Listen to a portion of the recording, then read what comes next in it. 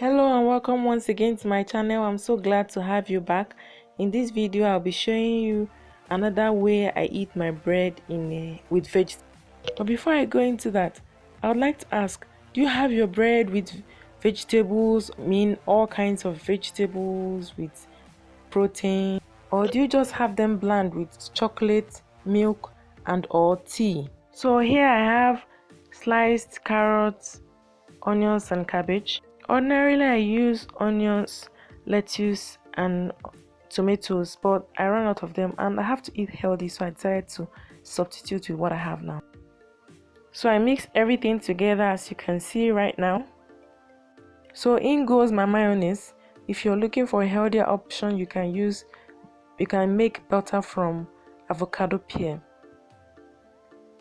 So I'm adding tuna, popularly called sardine in Nigeria, for protein.